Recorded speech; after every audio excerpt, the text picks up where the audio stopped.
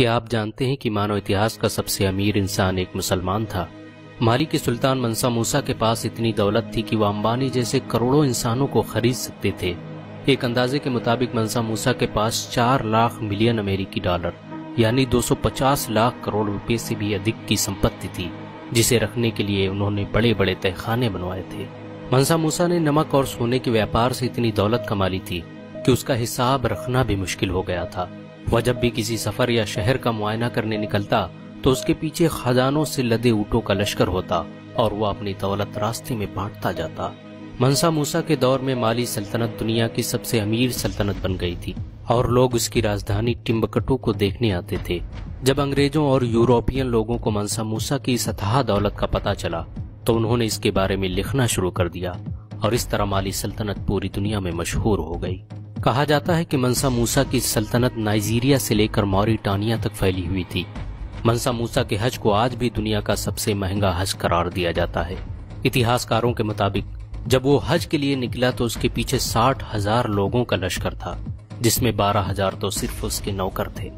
منسا موسیٰ جس گھوڑے پر سوار تھا اس کے آگے 500 لوگوں کا دستہ چلتا تھا، جن کے ہاتھ میں سونے کی چھڑیاں ہوتی تھیں۔ اتہاسکاروں کی مانے تو اس کے وزیر اتنے بہترین کپڑے پہنتے تھے کہ بڑے بڑے بادشاہ اپنے کپڑوں کو دیکھ کر شرما جاتے تھے۔ حج کی یاترا کے دوران منسا موسیٰ کے پیچھے 80 اونٹوں کا جتھا چلتا تھا، جس پر سونے چاندی اور ہیرے جواہرات لدے ہوئے تھے، اور منسا موسیٰ تھا کہ ان جواہرات کو بانٹتے ہوئے مکہ کی طرف بڑھتا ہی چلا جا رہا تھا۔ منسا موسیٰ اتنا رحم دل تھا کہ جب وہ مصر کی راجدھانی قاہرہ سے گزرا تو اس نے غریبوں کو اتنا دان دے دیا کہ اس علاقے میں مہنگائی بڑھ گئی۔ مانو اتہاس کا یہ پہلا حج تھا جس میں ایک انسان 60,000 لوگوں کو لے کر حج کرنے جا رہا تھا۔ اس حج میں آئے خرچ کا آج تک اندازہ نہیں لگایا جا سکا ہے۔ یہی وجہ ہے کہ اسے اتہاس کا سب سے مہنگا حج قرار دیا جاتا ہے۔ منسا موسیٰ نے اپنی اس بے پناہ دولت کا اسلام کے پرچار پرسار میں بھی پریوگ کیا۔ اس نے بہت سے مدرسے اور مسجدیں بنوائی۔ اس کی بنوائی گئی سنکورے مسجد میں آج بھی نماز ادا کی جاتی ہے۔ سچ تو یہ ہے کہ آج بھی منسا موسیٰ کی دولت سے لاکھوں بل گیٹس اور امبانی خریدے جا سکتے ہیں۔ اگر ایک مسلمان ہونے کے ناطے آپ کو گرو محسوس ہوا ہو تو اس ویڈیو کو لائک اور شیئر ضرور کریں۔ ایسی اور ویڈیو کو دیکھنے کے لیے ہمارے چینل کو سبسکرائب کریں، گھنٹا ضرور دبائیں۔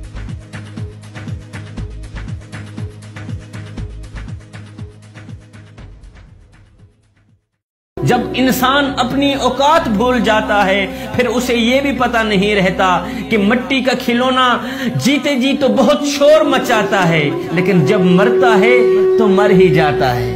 اے حضرت انسان، تیرے غرور کی اوقات تو بس اتنی سی ہے کہ جب تو دنیا میں آیا تھا تو لوگوں نے ہی تیرے ننگے وجود کو ڈھانپا تھا، جب تو دنیا سے گیا تھا مرا تھا تو لوگوں نے ہی تیرے ننگے وجود کو ڈھانپ کر تجھے رخصت کیا تھا۔ تو غرور کس بات کا کرتا ہے؟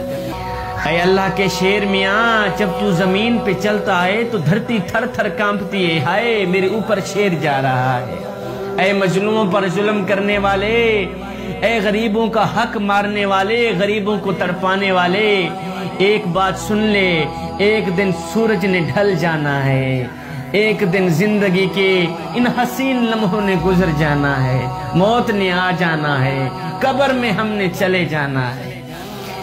ایک بزرگ تھا، قبرستان سے گزرا تو روک کر اس نے فاتحہ پڑھی۔